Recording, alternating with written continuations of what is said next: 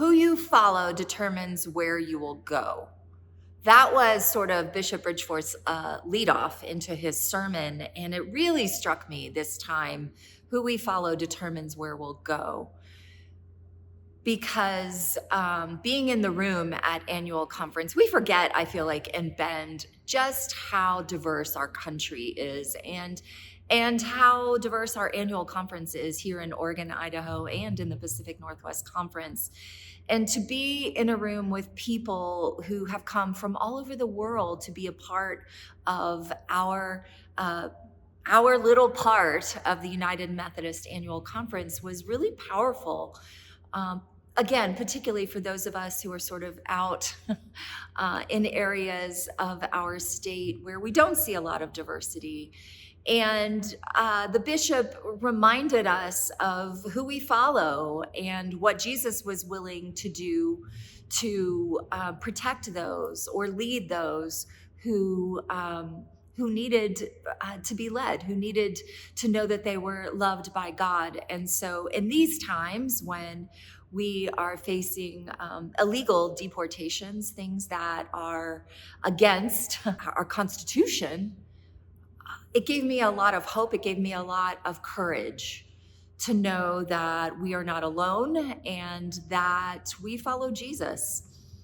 And some of the things that Jesus did and said were illegal in his time. And so I'm taking that with me from this annual conference, that now is the time to be brave.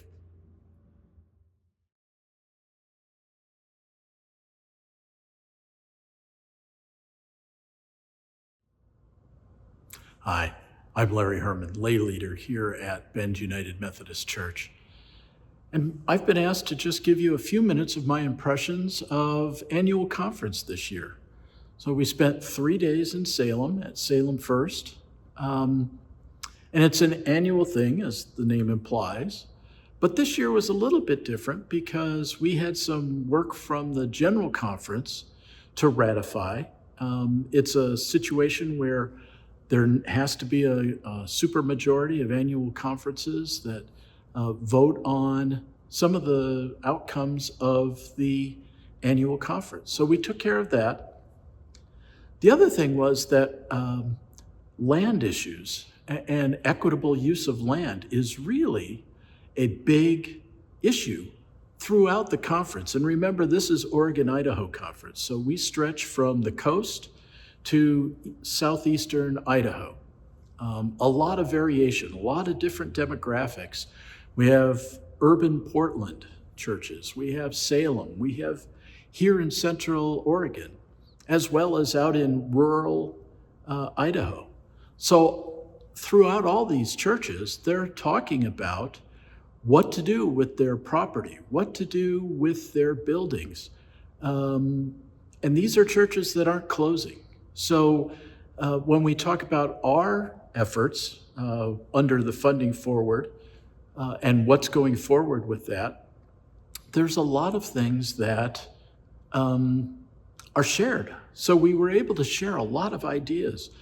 We were able to hear a lot of good messages from other churches and from other pastors. David Beckett's daughter, Jenny Smith, Reverend Jenny Smith from Salem, gave a wonderful talk about her memories growing up in a church and the changes their churches are going through. So I think that kind of community, that kind of connection is really an important part of being a Methodist. The other thing that I think is really important to look at and what we dealt with was the laity session. And we spent 2 hours talking about how to listen, and then did some table work with that. Really, really exciting session because this wasn't just about one single issue. This was how to listen to people we may not agree with, how to listen to discussions that may be difficult to have. And then the follow-ups will be response and talking, and then taking action. And all of this in that theme of listening with love, responding and taking action in justice. So, very important couple of hours that we spent there. Something else I found very moving was the indigenous peoples that came, had a service. We had Native Americans, indigenous, First Nations, we had Tongans, we had Samoans, all of them celebrating within the Methodist umbrella. Under that Methodist umbrella, we're all saying the same thing, but it was so moving to hear it in different languages, from different perspectives, from different cultures, coming together as Methodists in that connection, really moving things. Some of my takeaways may not be action items per se, but we ended up voting on many different things, as we do every year, most of them not very controversial. Some things we did table, and a lot of those items that we tabled had to do with what we're doing with property. So as we discuss these things in Bend Church, know that this is something that's being discussed all over. And there aren't simple answers. Lots of different opinions, very strongly held opinions. So with that, we have some work to do, not only here at the church, but with the annual conference. And like last year, we'll probably have other follow-on sessions. But it was really, really moving and important that we come together as a group. And even though some could only come on Zoom, it's very important to be together under one roof, discussing the same things, listening to different opinions. It was really something I could take away, both the lessons in listening and the connections that were formed during those 3 days.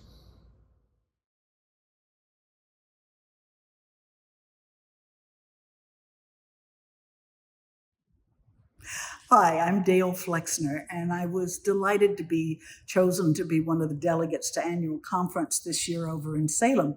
The beauty of annual conference is you get to see the church at work. It's important to do the nitty-gritty. It's also important to do the big issues.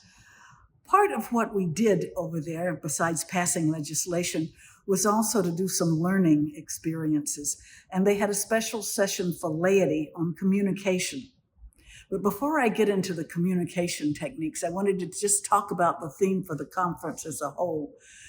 The theme was blessed and broken, not only within us, but also around us. What is both blessed and what is both broken, and how we use those things to bring whatever we're trying to do to the church. Our Bishop, Cedric Bridgeforth, said something that I thought was very, very impactful, which was, who we follow determines where we will go. We have to keep remembering who we follow in this church. There was also a wonderful poem that kept being repeated all weekend long. It starts out, there's something on the wind, something unseen but still tangible. The winds of change, things will not be the same again. And I think that's the environment in which we're living. In almost every aspect of our lives these days, change is overwhelming us. And that led a lot into the idea of communication and conflict resolution. Change is the thing that causes us to become entrenched. It keeps us from accepting new ideas, and it starts us arguing with people where we really don't have as much differences as sometimes we think we do. There are 3 modules in this series, and we only did one at annual conference. It's listen with love, speak with grace, and act for justice. It was very, very impactful. It was led by 2 gentlemen, Andrew Arthur and Brian Schimmer, who are consultants to the church and to many churches across the region. And they're talking about the challenges to communication, things like distractions, trying to determine intent of the person you're speaking with, rather than perhaps the word choices that they're using that may be triggers for you. The implicit memories that we have, our filters, if you will, those things that we don't even recognize that cause us to hear what someone's saying totally different than what they intend. The other thing is a negativity bias. Surprisingly enough, in research, people tend to hear the negative more than they hear the positive. We have to be very aware of that. The desirability bias, which is if it's something that I believe in, I will hear it easier than if it's not something I believe in. The confirmation bias, which is very similar, which is if it confirms what I believe in, I hear that loud and clear.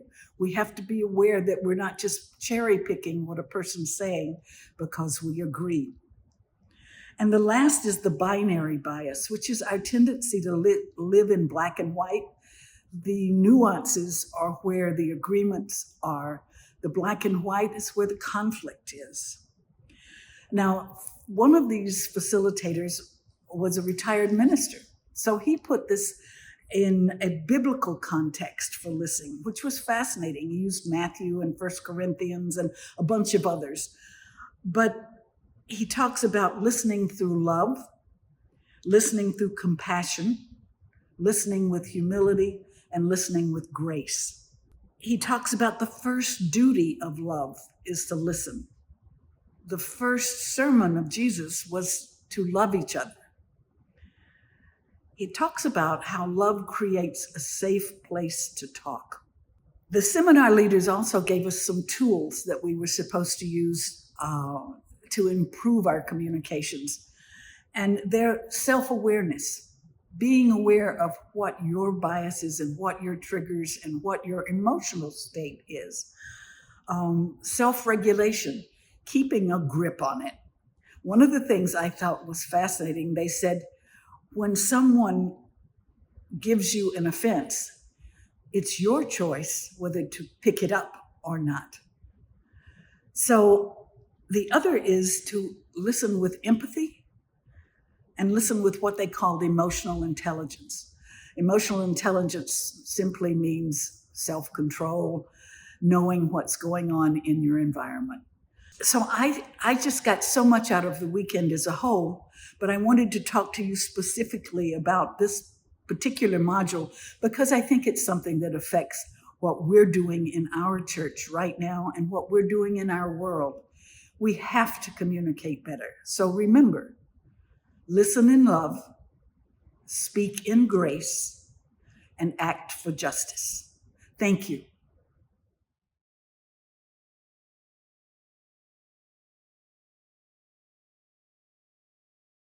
Hello, my name is Kristin Gonzalez, and I am the chairperson for your church council. That's why I ended up at the annual conference last week, and there were many takeaway messages, but the thing that I thought would be really useful for our congregation would be to let you know what the youth were talking about. Every conversation that I get into, whether it's charge conference or just casual conversations in between services, people always say, where are the youth? We need to grow the youth. So I started taking notes when the youth were talking. And they started off our second day with probably a 1-hour presentation. The very first activity was to play Cahoots, which is a quiz game that all middle school and high school and college kids know about. And of course, they quizzed us on factoids that every teenager would know about, and we failed the quiz miserably. It was so much fun. We had a great time. And then they commenced to giving presentations. There were about 5 or 6 kids that gave presentations via video. Our own Sam Henderson was a presenter too, and we were very proud. Next, we had 3 youth, high school and college kids that gave in-person presentations that were really powerful.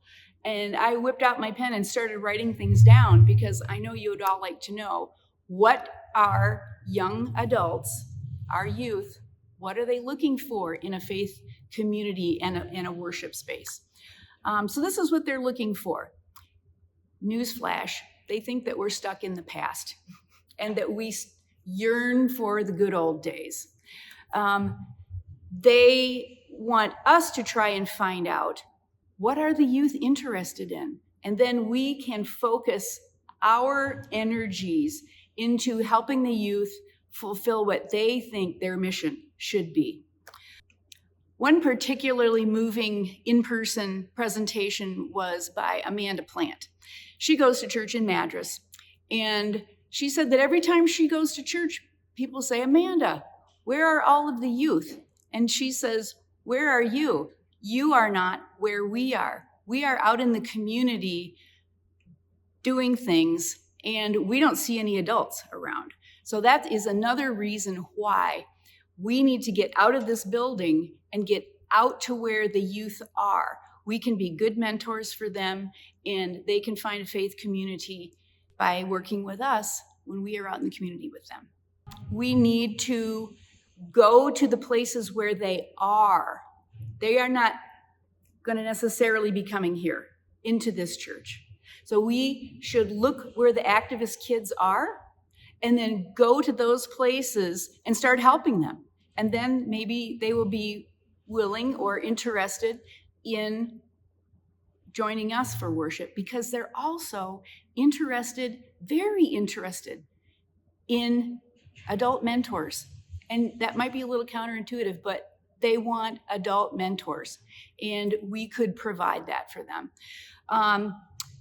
They also are interested in bright, airy spaces. I went up after the presentations and asked kids, what kind of a worship space are you looking for? And one person said, churches are scary for LGBTQ kids. And they're not looking for old, stuffy places. They like places that might be a little bit more neutral. They want places that are bright and airy. They want places that feel really welcoming and modern. But they don't necessarily want the old-fashioned places that we are used to. And so back to the point of adult mentors, I think that we could really do a good job being mentors for a lot of these kids. Those are my take-home messages about the youth at annual conference.